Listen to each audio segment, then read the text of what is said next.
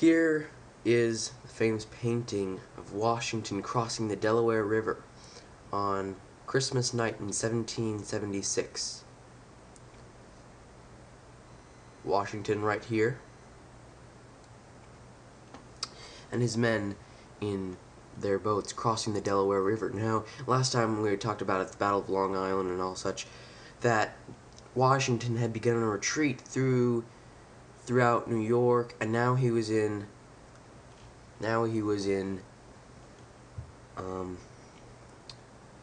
up in the New Jersey area, Pennsylvania and New Jersey area, and he is now going to try and make a morale-boosting victory.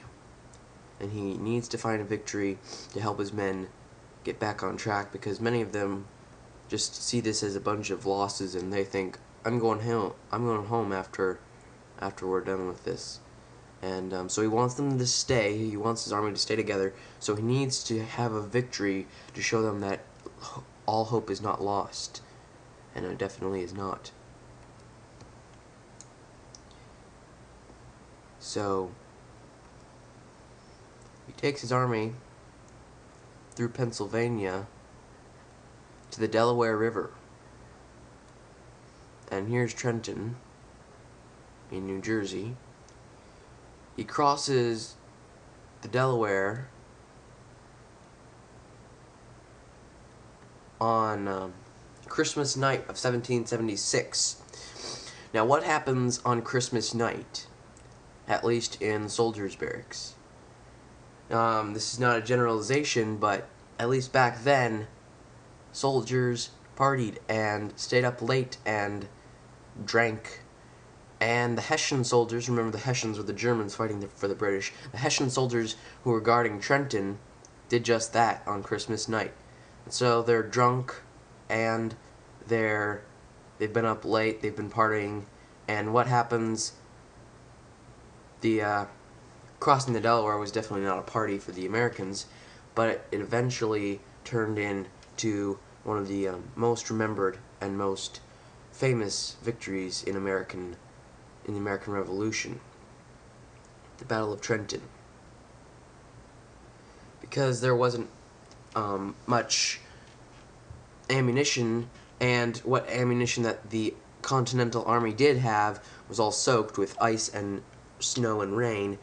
The Minutemen used the Americans used their bayonets, which were fastened on to their guns, kind of acting as spears of some sort.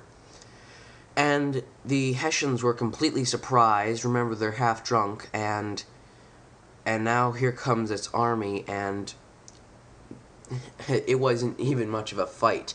We call it the Battle of Trenton. It's more like the surrender at Trenton. The Hessians simply surrendered. Hundreds and hundreds and hundreds of Hessian prisoners were marched back to Philadelphia. It was one of the greatest victories in the American Revolution, like we said before. But it was followed by yet another great victory.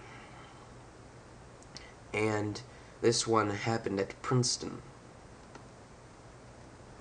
Once again, we see the Delaware River, Trenton, and then Washington moves up to Princeton. The British were ready to attack Washington at Trenton. However, Washington came around, and while the British were marching down toward Trenton, the Continental Army used guerrilla tactics, which is basically they went off into the woods, shot out at the British, and then retreated before the British could do anything about it. So it was basically a hidden enemy.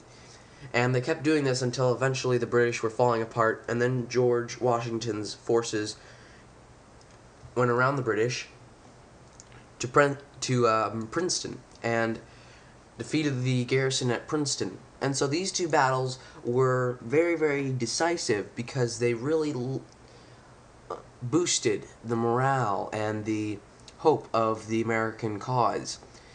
Now, it may not have been a tactical or decisive victory in military terms, because as we're going to see in the next video, the British followed it up with a victory of their own. In fact, a couple victories of their own at Brandywine and Philadelphia.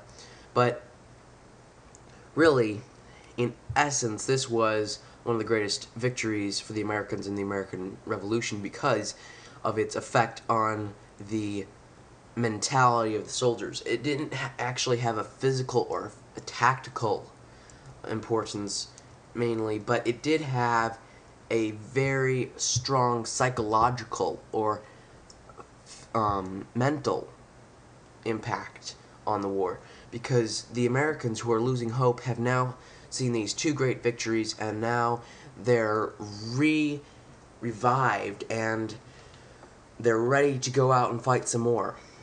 And obviously there's going to be more defeats, but this is one of the turning points in the war.